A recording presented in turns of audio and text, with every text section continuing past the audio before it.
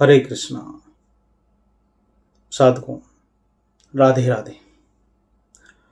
साधकों, जैसे मैंने कई वीडियो में बताया है कि 2015 तक सिविल सर्विस की तैयारी करी, लेकिन पढ़ने का ऐसा चस्का है कि किन्हीं कारणों से मेरी पढ़ाई छूट गई।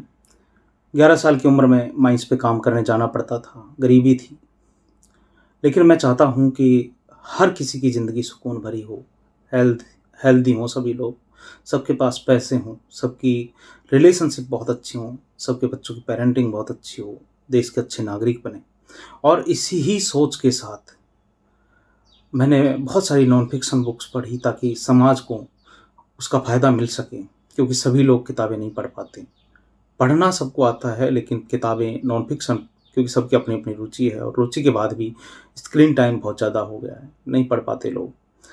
तो मैंने सोचा कि क्यों ना आपके लिए मैं खुद ये काम करूं और आपकी ज़िंदगी में कुछ सुकून ला सकूं, कुछ बेटरमेंट ला सकूं।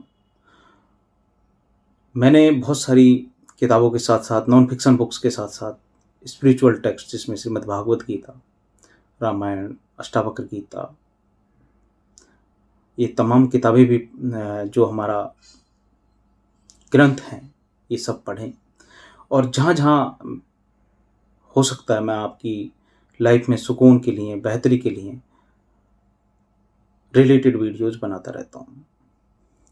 आज का जो टॉपिक है वो ये है कि इतने सारे डिस्ट्रक्शंस हैं कि जो हमारे बच्चे हैं या हम खुद भी हैं, कई बार गलत आदतों के शिकार हो जाते हैं, चाहे वो लंबे टाइम तक स्क्रीन देखने का हो या फिर कुछ गलत आदतें खाने पीने से रिलेटेड हों या और तमाम चीज़ें। तो कैसे आदत बनती है, पहले तो हम इसको समझेंगे, और मैंने कहाँ से सीखा ये भी मैं बताऊंगा। और आगे आने वाले टाइम में बहुत सारे वीडियोज आएंगे, उन तमाम चीज़ों पर हम बात कर रहे हैं। तो जो हम चर्चा कर रहे हैं वह है आज द हैबिट लूप। ये एक प्रभावी फ्रेमवर्क है जो हमारे जीवन में हैबिट को समझने के लिए, आदतों को समझने के लिए और उन्हें बदलने में मदद कर सकता है। जो हैबिट्स हैं वे ऑटोमेटिक बिहेवियर हैं, जिन्हें हम दैनिक जीवन में बार बार करते हैं, और ये बिहेवियर्स हमारे ब्रेन का जो एनर्जी कंजर्व है, उसे एनर्जी कंजर्व करने और डिसीजन मेकिंग को सिंप्लीफाई करने का तरीका है। हैबिट्स कई छोटे छोटे डिसीजंस को मैनेज करते हैं और हमें रूटीन में रहने की सुविधा देते हैं।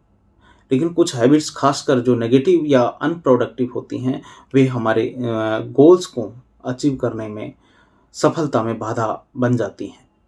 तो हैबिट्स को समझने का जो एक महत्वपूर्ण फ्रेमवर्क है वो है द हैबिट लूप, जिसे चार्ल्स दुहिग, बहुत अच्छे लेखक हैं, उन्होंने अपनी किताब में लिखा है। किताब का नाम है द पावर ऑफ हैबिट। बहुत शानदार किताब है, वन ऑफ द बेस्ट किताब है हैबिट्स के ऊपर। उसमें लिखा है सब। इस पे हम, इसके आधार पे हम बात करेंगे आगे की। ये लूप 3 मुख्य कंपोनेंट्स पर आधारित है: क्यू, रूटीन और रिवॉर्ड्स। यानी कि जब हम इस लूप को समझते हैं तो हम अपने बिहेवियर पर कंट्रोल पा सकते हैं और उन्हें मॉडिफाई या रिप्लेस करके पॉजिटिव चेंजेस ला सकते हैं। द हैबिट लूप के कंपोनेंट्स क्या क्या हो सकते हैं ये समझ लीजिए। कि अब हम हैबिट लूप के हर कंपोनेंट को डिटेल में समझते हैं, ताकि हम अपनी हैबिट को डीपली एनालाइज कर सकें और उन्हें ट्रांसफॉर्म करने का मार्ग ढूंढ सकें। पहली चीज़ है क्यू, यानी कि the trigger that starts the habit. यानी कि किसी हैबिट का कोई ट्रिगर होता है। हैबिट लूप का पहला कंपोनेंट है ये क्यू, जो हैबिट को इनिशिएट करता है। ये ट्रिगर किसी भी चीज़ में से आ सकता है, जैसे किसी की स्पेसिफिक टाइम पर, कि एक खास टाइम पर आपको किस चीज़ की तलब होती हो, या क्योंकि जो गलत आदत के है एक लोगों की, ड्रिंकिंग की, तमाम लोग शाम के ही टाइम खास तौर पे ट्रिगर हो पाते हैं।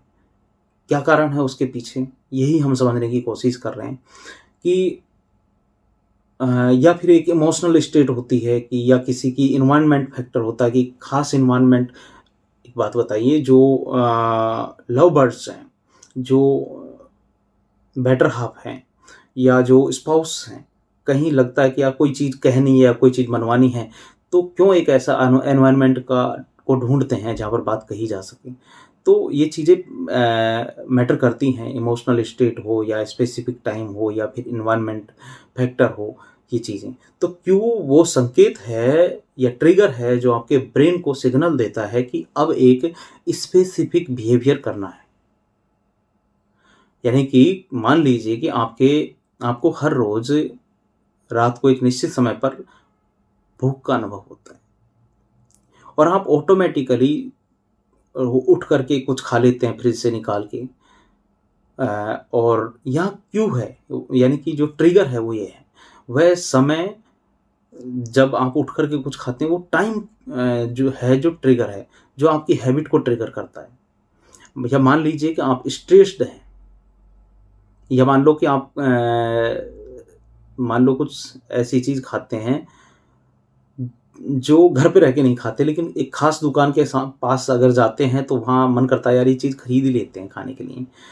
तो आप मान लीजिए कि जैसे स्ट्रेस्ड फ़ील करते हैं, महसूस करते हैं, तो आपके दिमाग में ऑटोमेटिकली कुछ खाने का शायद ख़्याल आ सकता है। यहाँ पर स्ट्रेस आपका क्यों बन जाता है? यानी कि जब आपको लगे कि यार मन अच्छा नहीं कर रहा, कई लोगों का एक ख़ास टाइम पर मन थोड़ा अलग-अलग हो जाता है शाम के टाइम, तो उनको एक ख़ास चीज़ की तलब हो सकती है। ऐसा दोस्तों के बिहेवियर से पता है मुझे। तो हमारी रोज़मर्रा की जो ज़िंदगी है, उसमें ऐसे बहुत सारे क्यूज़ होते हैं, ट्रिगर्स होते हैं, जो हमारी हैबिट को शुरू करते हैं, चाहे वो पॉज़िटिव हो या नेगेटिव हो, दोनों तरह के हो सकते हैं। अपने बिहेवियर को समझने के लिए सबसे पहले अपने क्यूज़ यानी कि जो ट्रिगर्स हैं, उनको आइडेंटिफ़ाई करना बहुत ज़रूरी है। दूसरी चीज़ है रूटीन। यानी कि जो बिहेवियर है उसमें हैबिट लूप का दूसरा कंपोनेंट है ये रूटीन, जो एक्चुअल बिहेवियर है, जो क्यू के रिस्पॉन्स में होता है, यानी कि जो ट्रिगर होता है उसके रिस्पॉन्स में होता है। रूटीन सबसे विजिबल पार्ट होता है जो हम करते हैं ये तो हैबिट का, और ये बदलने में सबसे मुश्किल भी होता है, क्योंकि रिपीटेशन से ये डीपली इनग्रेन्ड हो चुका होता है।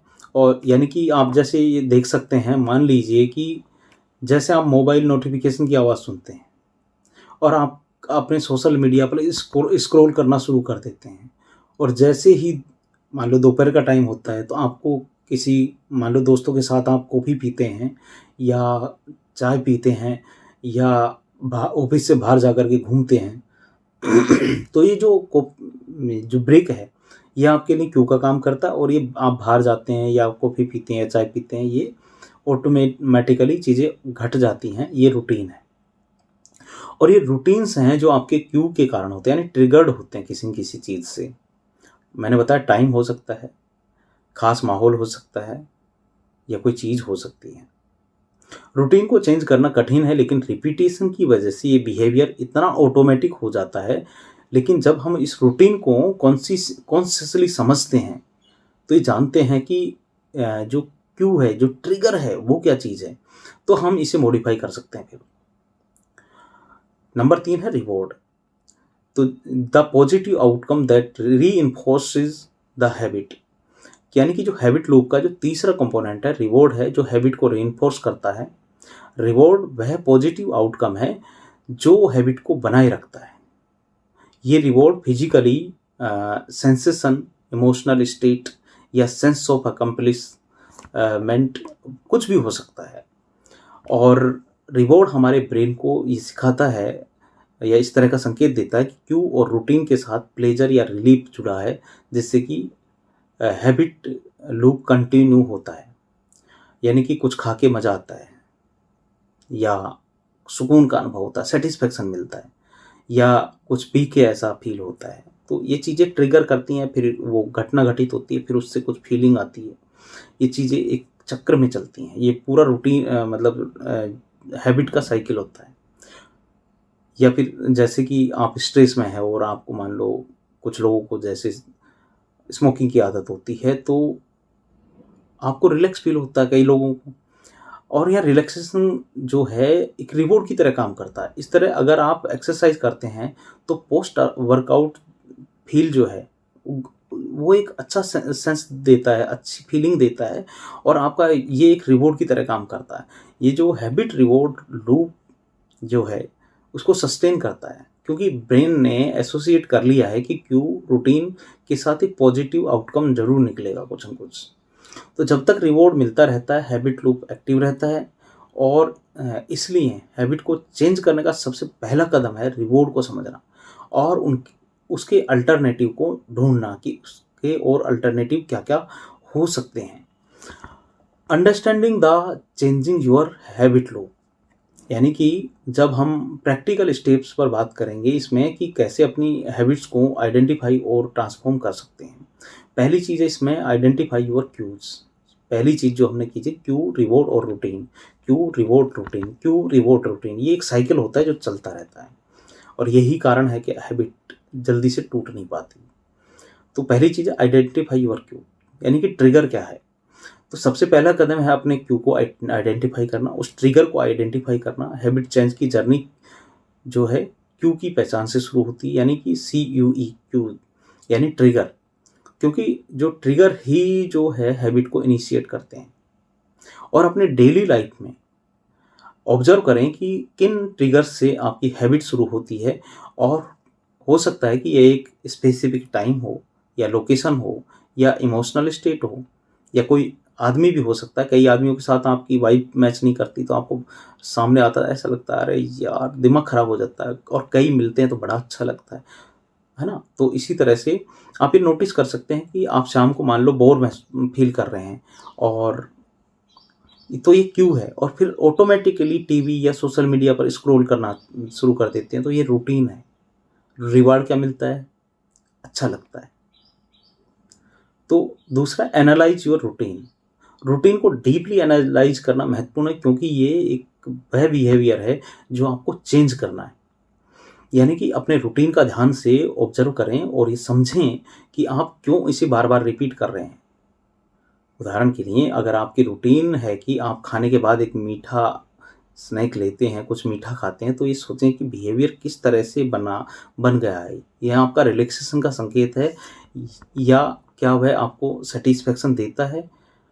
तीसरा है कि रिकॉग्नाइज द रिवॉर्ड, यानी कि हर हैबिट का जो एक स्पेसिफिक रिवॉर्ड होता है, रिवॉर्ड को समझना इम्पोर्टेंट है, क्योंकि यही वह हैबिट को रीइंफोर्स करता है।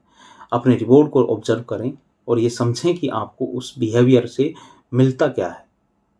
यानी कि अगर आप स्ट्रेस में ऑटोमेटिकली स्मोक करने लगते हैं तो रिवॉर्ड रिलैक्सेशन है, लोगों को अच्छा लगता है, रिलैक्स फील करते हैं। इस तरह अगर आप सोशल मीडिया स्क्रॉल करते हैं तो रिवॉर्ड हो सकता है कि आपको डोपामाइन हिट्स मिल रहे हों, आपका मूड अच्छा हो रहा हो, मूड को टेम्परेरी लिफ्ट करता है। तो ये चीज़ें हम बार बार करते हैं। नंबर 4 है modify the routine, keep the Q and reward the same, यानी कि रूटीन को मॉडिफाई करना। अब जब आपने अपने क्यूज, रूटीन और रिवॉर्ड को समझ लिया कि हाँ ये चीज़ ऐसे ऐसे काम करती है, एक हैबिट का एक लूप होता है जो एक साइकिल की तरह काम करता है और हैबिट चेंज करने का प्रोसेस शुरू होता है। हैबिट को चेंज करने के लिए हम क्यू और रिवॉर्ड को वहीं रखते हैं, लेकिन रूटीन को रिप्लेस करने की कोशिश करते हैं। उदाहरण के लिए अगर आप स्ट्रेस्ड हैं और आप जंक फूड खाते हैं तो उस समय, यानी कि चाउमीन, मोमोज वगैरह अगर कुछ खाते हैं तो वही क्यू और रिवॉर्ड रखें। मतलब स्ट्रेस है, अच्छा लगेगा, लेकिन जो बीच का जो रूटीन है उसे चेंज कर दें। यानी जंक फूड की जगह आप कुछ अच्छा खा लें, डीप ब्रीदिंग कर लें, कोई एक्सरसाइज कर लें, क्योंकि एक्सरसाइज करने से भी तो डोपामाइन रिलीज होता है। या एक वॉक कर लें, वॉक से भी डोपामाइन रिलीज होता है, आपको अच्छा फील होगा और आपको रिलैक्स का वही रिवार्ड मिलेगा फिर। यानी कि आपको बुरा लगा और फिर बाद में अच्छा लगा, लेकिन बीच का जो आपको जंक फूड खाने का मन कर रहा था उसकी जगह आपने कोई दूसरी एक्टिविटी रिप्लेस कर दी उसकी जगह, और धीरे धीरे आपका माइंड और बॉडी इस तरह से नए रूटीन को एक्सेप्ट करने लगेगा। सुनना बहुत आसान है, लेकिन इस चीज़ को अप्लाई करना बहुत मुश्किल नहीं है। ईजी है लेकिन आसान नहीं है। ईजी क्या है? एक की जगह दूसरे को रिप्लेस कर दो। ईजी होने वाली हर चीज़ आसान नहीं होती, वो सिंपल होने वाली चीज़ें हमेशा आसान नहीं होती। आप सुधार लें कि जो चीज़ सिंपल तो है कि इसकी जगह इसको रखना है, रिप्लेस करना है, लेकिन आसान नहीं है। ईज़ी नहीं है, सिंपल तो है। तो अब क्या करना है? अब हम strategy to replace negative habit to positive के यानी कि जो गलत हैबिट है उसको सही हैबिट के साथ कैसे रिप्लेस करें, उस पर बात करते हैं। पहली चीज़ है उसमें कि हैबिट सब्स्टिट्यूशन, कि जो हैबिट सब्स्टिट्यूशन है उसमें अनहेल्दी रूटीन को रिप्लेस किया जाता है और पॉजिटिव हैबिट्स के साथ रिप्लेस कर सकते हैं इसमें। और एक हेल्दियर जो रूटीन है उससे जो सिमिलर रिवॉर्ड प्रदान करता है उससे हम इसको रिप्लेस कर देते हैं। उदाहरण के लिए कि अगर आपको मान लो रात को मीठा खाने की आदत है और रिवॉर्ड सेटिस्फैक्शन है कि यार मज़ा सा आ जाता है खाने के बाद, तो आप इस रूटीन को फ्रूट खाने से रिप्लेस कर सकते हैं। भाई मीठा तो वहाँ से मिल रहा है, ज़रूरी है कि चीनी खाओ। तो इससे आप मिठास की जो क्रेविंग है उसे सेटिस्फाई कर सकते हैं और हेल्दी तरीके से कर सकते हैं। दूसरा, आप स्टार्ट स्मॉल, यानी कि छोटे-छोटे स्टेप ले सकते हैं। फोकस ऑन वन हैबिट, एक ही चीज़ बार में सब कुछ बदलने की कोशिश ना करें, एक हैबिट पे काम करें एक बार में। यानी कि हैबिट चेंज में एक बार में बहुत सारे चेंज लाने की गलती ना करें। छोटे-छोटे स्टेप्स लें, इंक्रीमेंटल चेंजेज़ लाना ज़्यादा इफ़ेक्टिव होता है और एक हैबिट पर फोकस करें और धीरे-धीरे उसके जो ट्रिगर्स हैं, क्यूज़ जो हैं वो और रूटीन्स जो हैं उनको चेंज करने का प्रयास करें। एग्ज़ाम्पल के तौर पर अगर आपका मान लो कोई मकसद है, गोल है, लक्ष्य है कि आप सोशल मीडिया का यूज़ कम करेंगे, तो सबसे पहले आप एक टाइम तय कर लें और डिजिटल वेलबींग के नाम से एप्लीकेशन है उसका यूज़ करना शुरू कर दें। जब आप कॉन्शियसली डिसाइड कर रहे हैं तो आप सोशल मीडिया नहीं यूज़ करेंगे या कम यूज़ करना शुरू करेंगे धीरे-धीरे, और धीरे-धीरे इस चीज़ को ना यूज़ करने की जो प्रवृत्ति इसे इनक्रेज करेंगे ताकि आपकी डेली रूटीन में ये फिट हो जाए। नेक्स्ट है कि आप प्रैक्टिस पेशेंस एंड परसिस्टेंस। देखिए, ये सबसे जो इम्पोर्टेंट चीज़ है कंसिस्टेंसी है, परसिस्टेंस है। हैबिट चेंज एक ग्रेजुअल प्रोसेस है, एक दिन में नहीं होता और एक दिन मान लो आपने नहीं भी खाया तो क्या उसका कोई फ़र्क पड़ने वाला है? कोई फ़र्क नहीं पड़ता। आप एक दिन के लिए कुछ भी खा लो, कुछ भी मत खाओ। लेकिन लंबे टाइम तक जो चीज़ चलती है उसका इम्पैक्ट पड़ता है और इसके लिए धैर्य की ज़रूरत है, परसिस्टेंस की ज़रूरत है। पहले छोटे-छोटे स्टेप से शुरुआत करें और खुद को ऑब्ज़र्व करें। हैबिट चेंज में सेटबैक्स होना कॉमन है, कई बार हम फेल हो जाते हैं, इसलिए खुद को डिस्करेज ना करें। कोई बात नहीं, हो गया तो फिर एक बार कोशिश करते हैं और इस बार सही तरीके से करेंगे अगर मान लो पिछले टाइम कोई गलती हो गई तो। तो जब आप हैबिट लूप को पूरी तरह समझते हैं, तो उसे मॉडिफ़ाई करने का कॉन्फिडेंस और क्लैरिटी आपको धीरे-धीरे मिलती है। तो इस तरह हम चीज़ों को बदल सकते हैं, हैबिट्स को बदल सकते हैं। अ, ये लूप किस तरह काम करता है, एक आगे ये भी देख लेते हैं कि जो मान लो कि सुगरी स्नैक्स खाने की किसी की बहुत ज़्यादा इच्छा होती है, तो आप नेक्स्ट टाइम इसके बजाय फ्रूट खाने की कोशिश करें। क्यू और रिवॉर्ड वही रहेगा, रूटीन बदल जाएगा। इस तरह अगर आपके बेड टाइम रूटीन में सोशल मीडिया स्क्रॉल करना शामिल है कि आप सोते-सोते आप स्क्रॉल कर रहे हो, कुछ-कुछ देख रहे हो, तो धीरे-धीरे एक इंस्पायरिंग बुक पढ़ना शुरू कर दें, उससे रिप्लेस कर दें। सोशल मीडिया के जो डोपामाइन हिट्स हैं, उनको एक पीसफुल स्लीप के रिवॉर्ड को एन्जॉय करें। अच्छा देखिए, 2 तरीके होते हैं डोपामाइन के।